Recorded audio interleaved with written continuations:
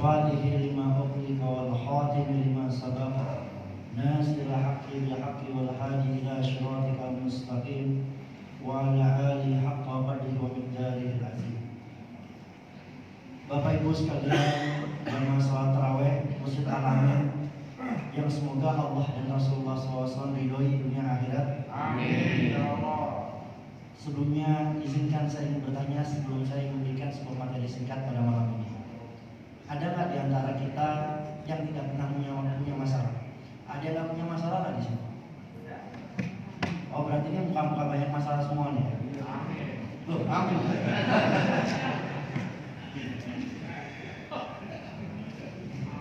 Ad-dunya darul bar. Bagaimana dunia itu adalah tempatnya ujian. Kalau tidak ingin diuji oleh Allah, maka tidak usah hidup. Cuma sekalipun mati, apakah tidak ada ujian? Tetap. Pertanyaannya ke surga dan neraka. Sekarang bentuk-bentuk ujian dalam kehidupan, contohnya apa misalkan? Nggak ada duit, apalagi? Itu curhat pribadi. Nggak ada pasangan, ekonomi, kesehatan, dan lain sebagainya. Setiap orang pasti memiliki permasalahannya. Permasalahannya adalah, sudahkah kita memahami tentang sebuah peta ujian kehidupan? Ketika kita mengambil sebuah konsep, dunia darul bar, dunia ini adalah tempat ujian. Ibarat kita ingin memasuki sebuah hutan belantara, yang perlu dilakukan adalah pertama kita harus memiliki guidance. Ada pedoman. Mana jalan yang terjal, mana jalan yang mudah, mana yang tidak ada rintangan-rintangan. Selain guidance, ada lagi yang dibutuhkan. Kira-kira apa? Ada yang tahu? Selain ada buku pedoman, apalagi dibutuhkan? Tour guide, pemandu. Siapa pemandu kita dalam memahami peta ujian ini? Laqad ja'akum rasulun min anfusikum azizun 'alaihi ma 'anittum ila akhir ayat. Telah datang kepadamu seorang rasul dari bangsa kamu sendiri. Jadi yang kita butuhkan dalam memahami peta ujian kehidupan ini, kita butuh dua hal. Pertama, apa pedomannya? Peta ujiannya. Yang kedua, tour guide. Kita butuh pemandu yang dia mengetahui jalan-jalannya, mengetahui rintangan-rintangannya, dan jalan tercepat untuk sampai keluar dari hutan tersebut.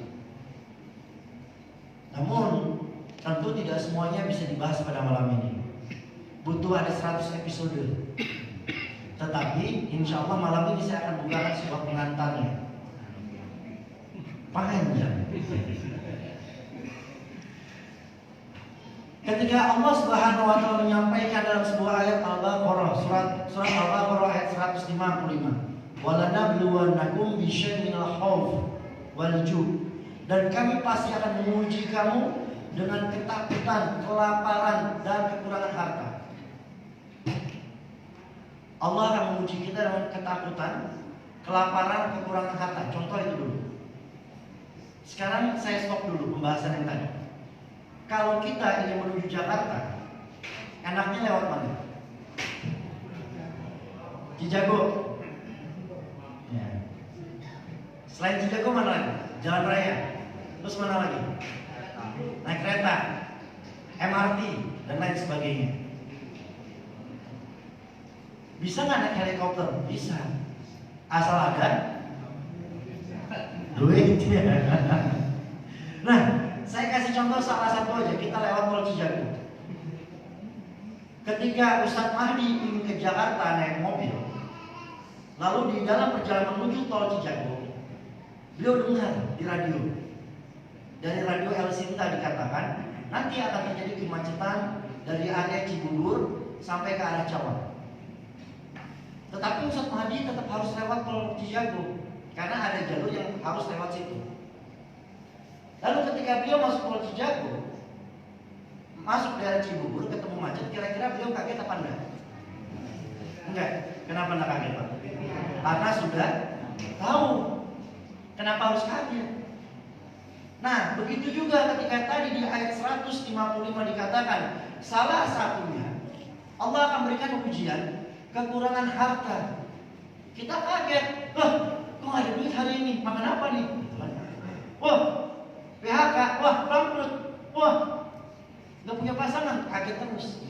Lama-lama jantungan. Kebanyakan kagetnya.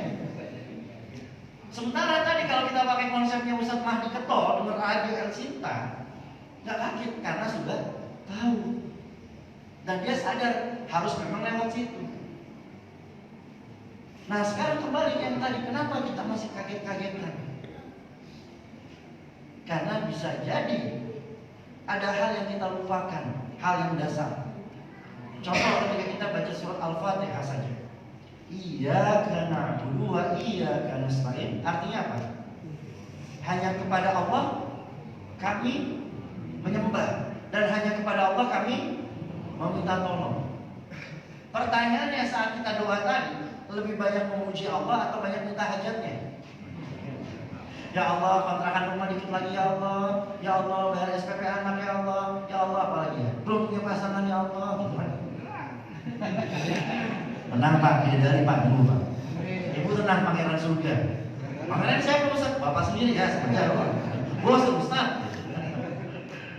Nah, sampai mana ini? Sudah. Apa nih? Baik.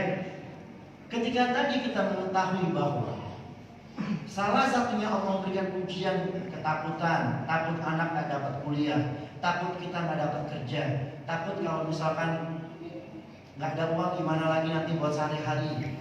Kalau orang yang bisa bekerja lalu di usia sudah 50 dia harus dipensiunkan, makanya suka ada training-training di kantor untuk mengatasi post power syndrome. Pernah dengar? Supaya tidak kaget. Kenapa? 30 tahun tiap bulan dapat gaji. Sekarang mau diberhentikan karena memang sudah saatnya. Banyak orang yang tidak sanggup, nggak siap. Kenapa? Karena tadi ketika kita menyembah kepada Allah, kita belum menyadari dalam permasalahan kita fokusnya, oh nggak ada uang nih, harus bayar ini, bayar itu, bayar ini itu. Oke, cari pinjaman kemana? Biar bisnis apa? Usaha apa? Apa salah itu Ustaz? Enggak salah dengan hal itu. Tetapi wa may yattaqilla yaj'al lahu makhraja wa yarzuqhu min haitsu la yahtasib. Allah punya jalur rezeki. Selama engkau taat kepada Allah, ada rezeki yang tidak bisa engkau duga-duga. Makanya ada salah satu doa yang Rasulullah ajarkan kepada kita. Allahumma inna nas'aluka ridhoka wal jannah wa na'udzubika min sakhatika wan nar. Perhatikan 3 permintaan di dalam doa ini. Yang pertama, kita meminta ridho Allah. Yang kedua apa? Surga Allah. Yang ketiga, perlindungan dari neraka Allah. Otomatis di dalam doa ini adalah jawabannya. Kita cuma minta satu hal saja. Kalau Allah sudah ridho kepada kita, mau surga dunia, mau surga akhirat, Allah pasti kasih. Dan pasti Allah akan melindungi hambanya dari neraka dunia dan neraka akhirat juga. Dalam arti kata, permasalahan dia tidak ada lagi. Permasalahannya kita dalam doa kebanyakan minta surganya.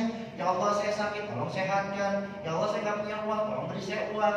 Ya Allah saya sudah 2 tahun melajang, gitu kan? Tolong beri saya pasangan. Nah kebanyakan kita hanya minta solusi saja.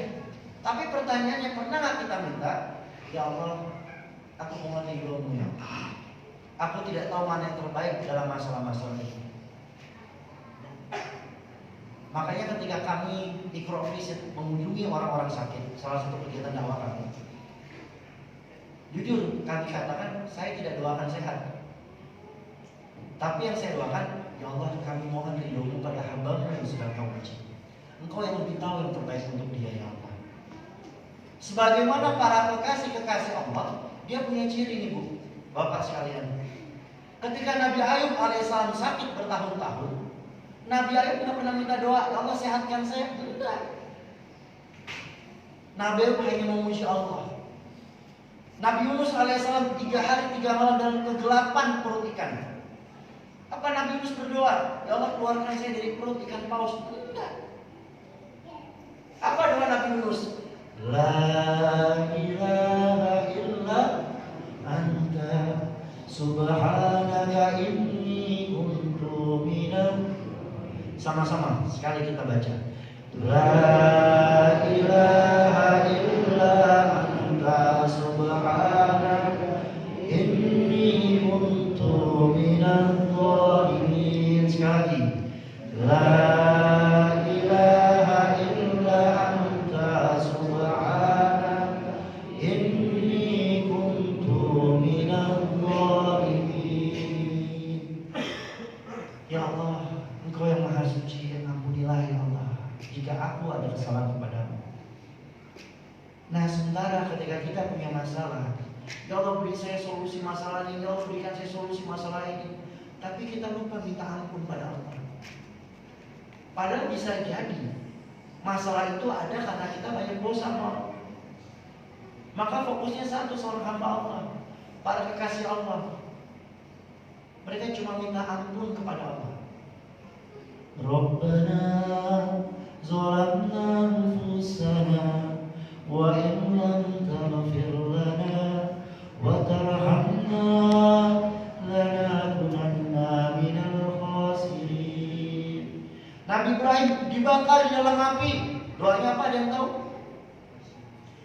Hasbunallah, sama-sama. Wa ni'mal wakil, ni'mal mawla wa ni'mal nasir. Sekali lagi. Hasbunallah wa ni'mal wakil, ni'mal mawla wa ni'mal nasir. Allah. Ada enggak rasanya? Lupa deh kalau udah gak punya pasangan. Lupa kalau lagi sakit. Lupa. Coba ya, kita belajar sebelum kita tidur atau saat tahajud atau lagi banyak masalah. Coba, saya mengajak diri saya sendiri, kita semua doanya cuma satu aja, minta ampun dan udah zikir kayak tadi.